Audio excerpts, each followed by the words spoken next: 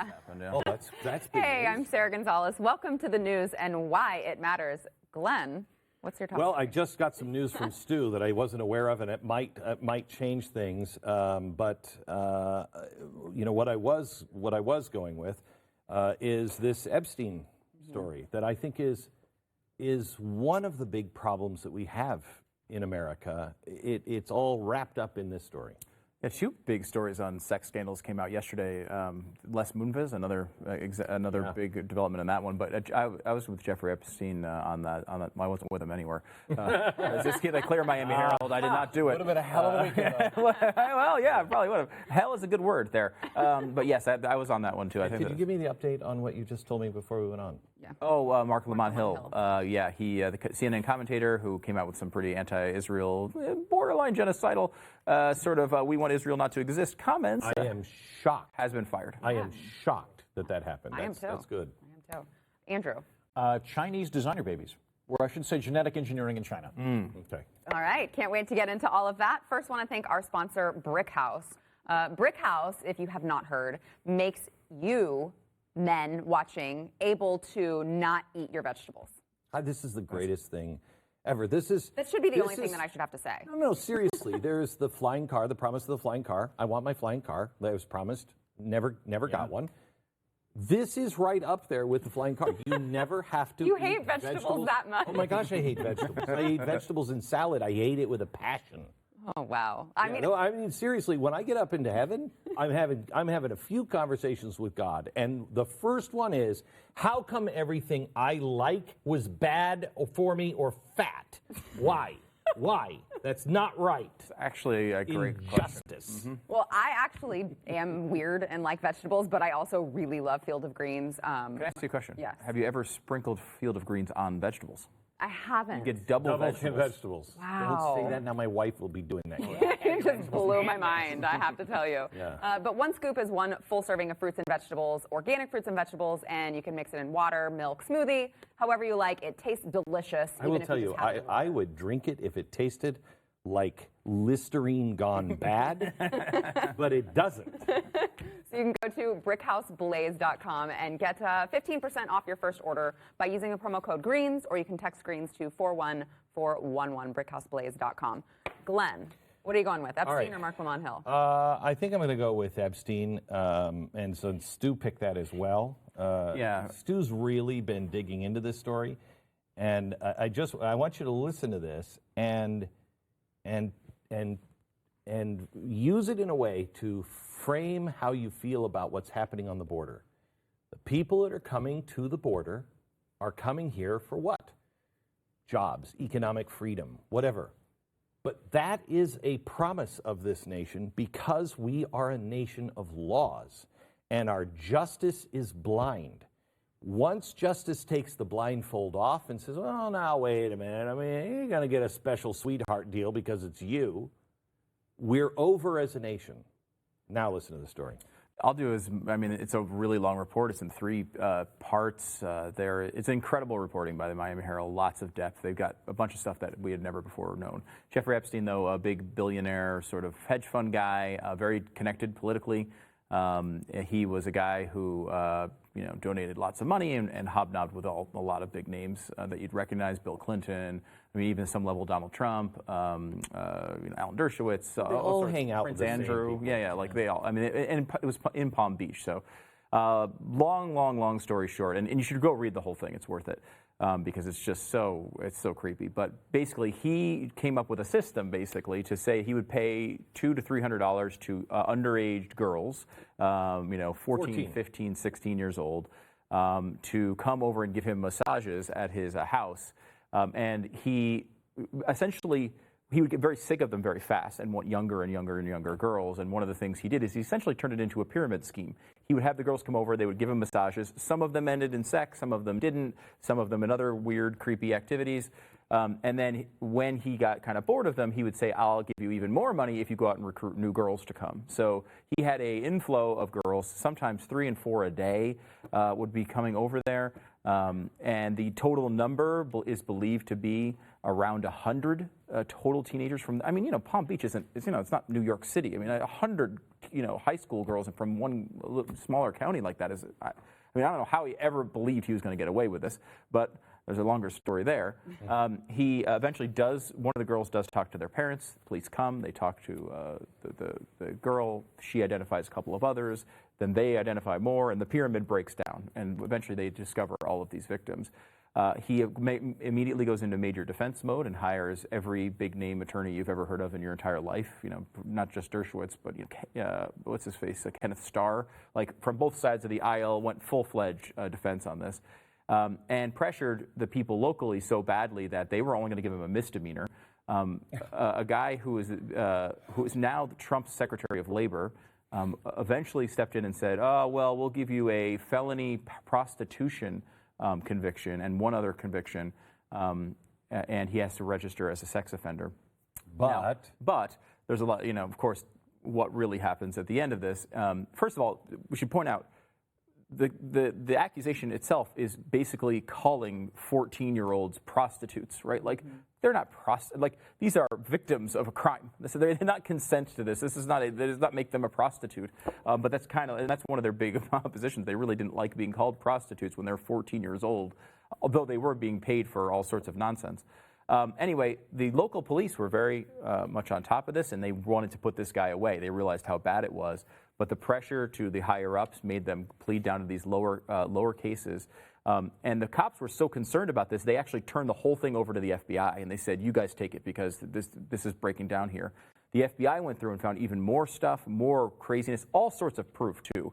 Books with all the names and the phone numbers and visitor logs and all sorts of sex toys, all sorts of crazy. Absolutely open and shut. The anti Supreme Court hearing that we had. Yeah, Kavanaugh, right? I mean, it's a great example. It is the exact opposite of that. It's all evidence. Yeah. Anyway, they eventually the FBI was in the middle of investigating, and we're going to maybe send him to prison for life.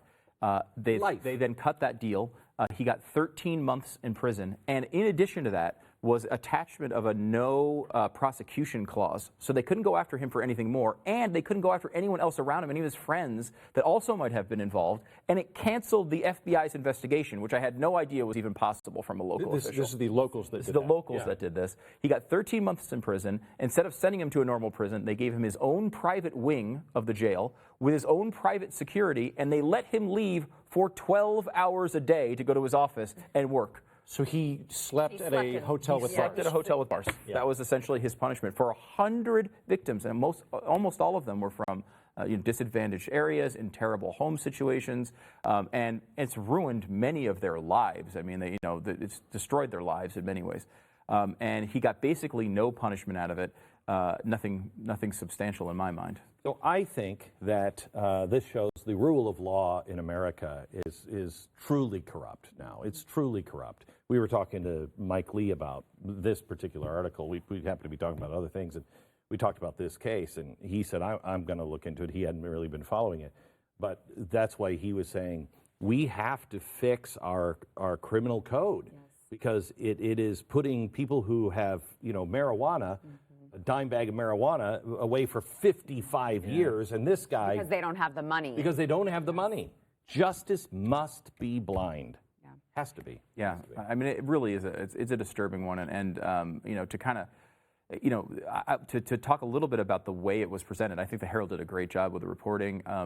I think one unfortunate thing that they did was, and we said this this morning, the first name I hear when I hear Jeffrey Epstein, I've known that name for a long time, is Bill Clinton. Yeah. He was always associated with Bill Clinton. I mean, it was a big political thing for a long time. And he's that kind of guy, too. I mean, not with 14-year-olds, but he's a slimy kind of guy. There's no evidence, by the way, that Clinton or Trump or any of these people outside of Epstein did anything wrong here.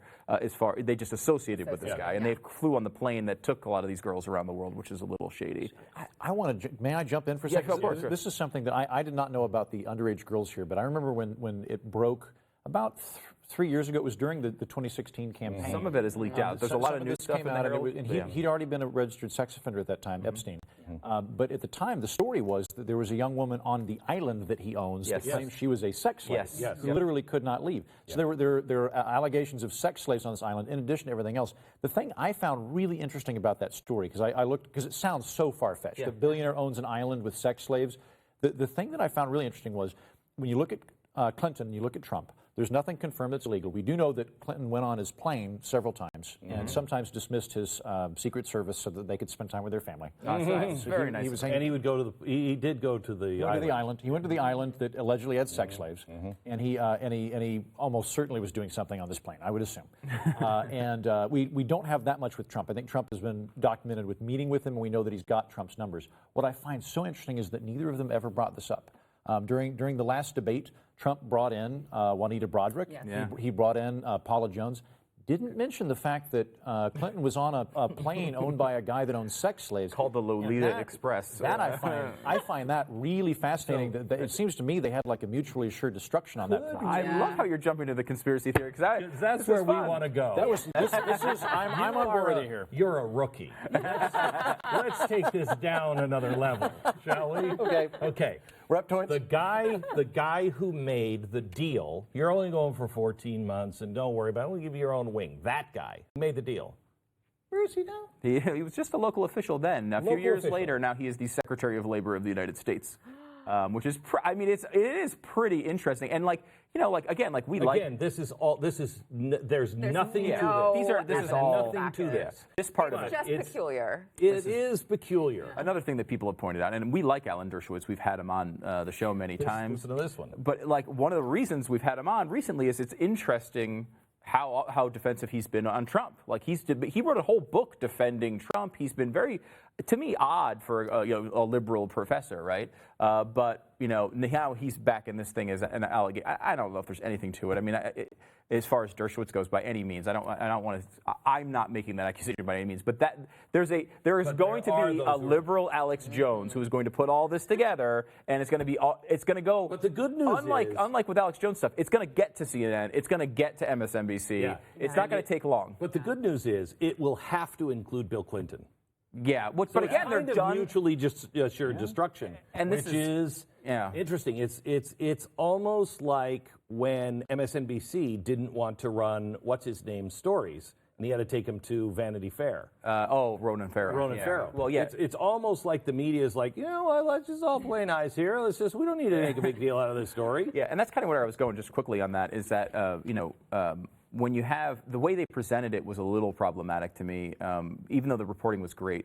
The headline really just it said like how Trump's current Secretary of Labor cut this a ridiculous deal for Epstein. That's what they focused on. And unfortunately, I think when you put Trump in the headline, it does two things. One, it's going to get you more clicks. Two, it's going to turn it into a partisan headline. Yeah. I mean, Trump is really not part of the story at all. And they led with that, which is completely, I think, unfortunate. Yeah, unfair. It's unfair. I would have said sex slave billionaire. That would have been pretty good. Accurate clickbait. Well, let's reverse this. You take Bill Clinton out of this. I mean, we just did. We just said a few minutes ago, well, there's no evidence that he did anything but ride on the plane. Yeah. So everything else is and there's less on Trump. Than even so you don't. While we may connect those two in our minds because those are always names. When this came out, that's the name that was connected all the time. Yeah. But there's absolutely nothing there. But tell me why this isn't the lead story. What else is going on? The border is kind of boring now. Yeah. Kind of boring. What else is really going on? You have a billionaire, celebrities, an island, slaves, 14-year-old girls in a pyramid scheme. This has everything you want in a great, riveting story that runs for days. And it's just getting a little blip. Yeah. I mean, part of it, I think, is that some of those details had leaked out, just some of them. I mean, they went much further. They actually interviewed multiple victims here. But I think, too, it's another example, if I can put on my conservative news network hat for a moment, it's a bit frustrating that yet again, as soon as the Clinton family is worthless to the Democrats, and as soon as they're done with them, and they've now been pushed aside yet again, now this story is coming out in sort of full view. We've had several of these stories that were bubbling under as these sort of conspiracy theory type of things that really didn't get full attention, and then now, after Bill Clinton's gone, now all of a sudden it's a story. I will say, it's important. The fact that they did this is really important. There's a real well done, Miami Herald. Really well done. They did a great job. Of journalism and Dave Barry. Right. There you go. I'm trying to thank you. I'm trying to remember who Bill Clinton said Trump had killed or Trump was. Did you see this yesterday? There was a story of the Clintons on stage someplace in Europe, and they were talking about Trump's involvement. Did Trump kill Vince Foster? I read that and I was like, you want to talk about conspiracy theories? Yeah. You were the one who said, oh, we've been killing Vince Foster for years. You're doing that now. Wow. It was insane. We have to look it up. I don't remember who he was responsible for somebody's death. All right. Chinese designer babies when we come back. I thought it was like millions and millions, because didn't he cancel the Paris Climate Agreement? So it's billions of deaths he's really responsible for. That's what I believe. I still have to give you a compliment.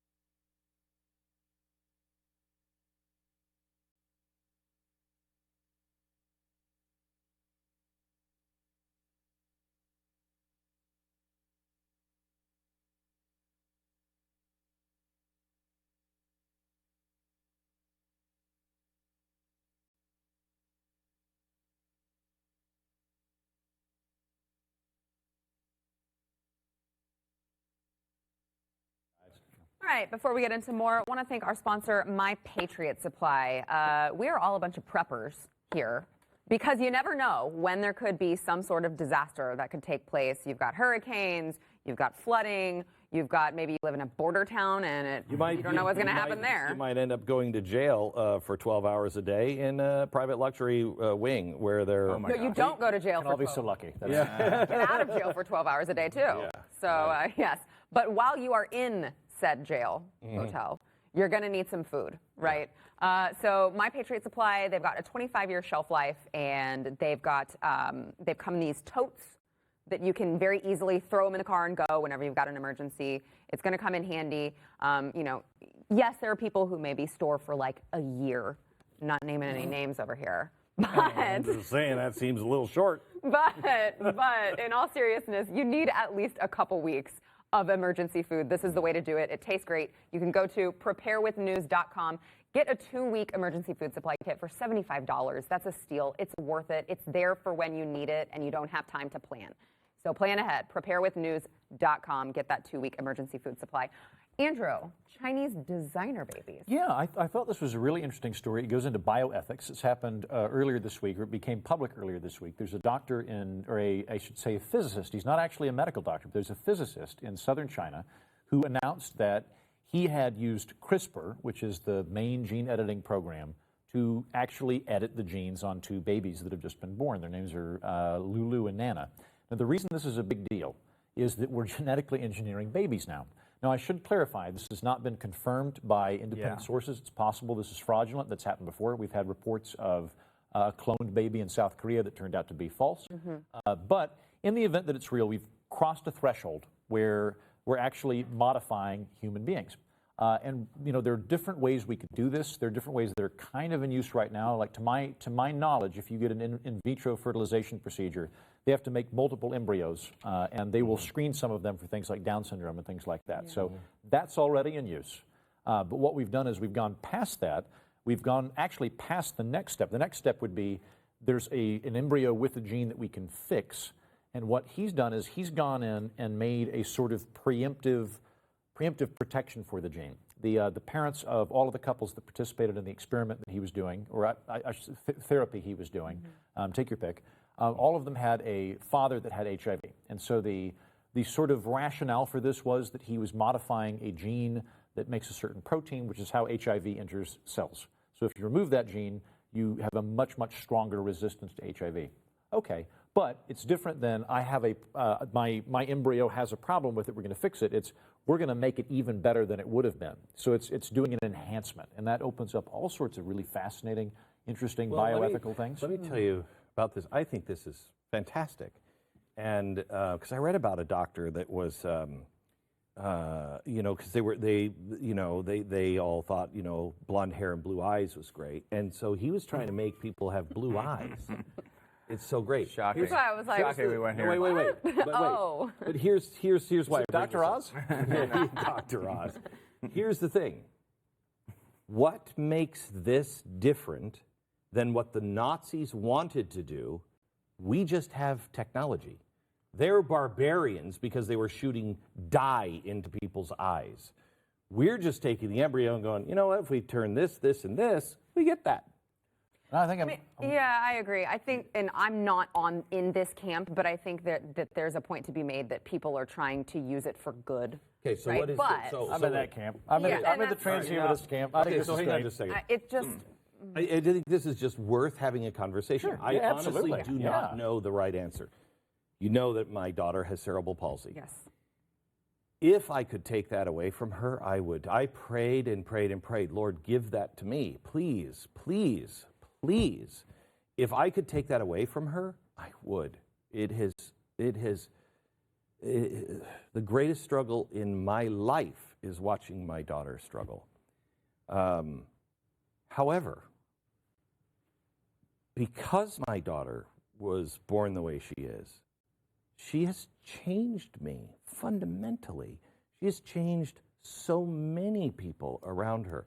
The experiences that she had, I wouldn't wish it on her, but it has made her stronger. I'm watching this. I hate to say this. My son will not watch it. So we watch a show, and with my son, and my daughter won't watch that show, and my son won't watch this show. So you have to watch television twice as long. Twice as long. It's horrible as a father. Terrible. I hate What a Make them wear sacrifice. headphones and get two different. All right. And so I'm watching the Great British Baking Show this last season, and there's a contestant on there. It's a good show. You should all watch Really it. friendly. It's very nice. It's great, isn't it? Yeah. So there's a contestant this season who is missing her fingers on her hand. So she just has a stump, and it looks like a birth defect. It doesn't look like she lost it in an accident. And she's just going at it. She's making everything. She's going at it. Now, if I could make it so she wasn't born with that, sure, it would be good. But are we erasing all of the things that make us strong? It's tough because I think, I think I share some of the concerns about this. I mean, again, doing it ethically and trying to do it the best way possible is, I think, important. And we shouldn't we don't need to go down this highway at 300 miles an hour. It's probably good to go the speed limit on this one. The other part of me is like, look, it's a treatment, right? If you can come up with a way to treat a disease that you know is coming, you're right, because everything you're saying is right. I mean, I think people are really special that have diseases and Down syndrome. Down syndrome. Like, they bring things to the world that others don't. But again, I think like if the same way that if we came up with a pill tomorrow that would cure cerebral palsy or Down syndrome, we probably would give it to a person and not feel any different about it. I don't think we should look at the science here and run away from the entire category because it makes us a little uneasy. So we just have to watch the way we're doing it. I think you're right on this, and this is honestly something because of my experience. I have thought about this a lot, and I can't imagine that if there was a magic pill that would make Mary's brain work the way it was designed to work, I know I would give her the pill. Okay. But it's an internal struggle because I just don't know if that's right. And part of it comes from my faith. We believe that the war in heaven and all the stuff, about a third of the angels, we believe we were the angels, okay? That we're now coming down and gaining bodies, but we were there in a premortal existence. And the most valiant, the ones who fought for God's plan and fought the most valiantly, they do not have to have they took their stripes. They don't have to have those struggles like the rest of us. And so my faith almost reverses the pyramid to where the perfect people here on earth probably were the laziest in the fight. And the Down syndrome... I'm offended by that. The Down syndrome were the front row fighters. So they've been given this gift of Down syndrome. And, it could be very well, for most people, probably hogwash. I don't know. We won't know. But it's a good way to look at things and just say, wait a minute, this might be a good thing. All right, we got to take a break.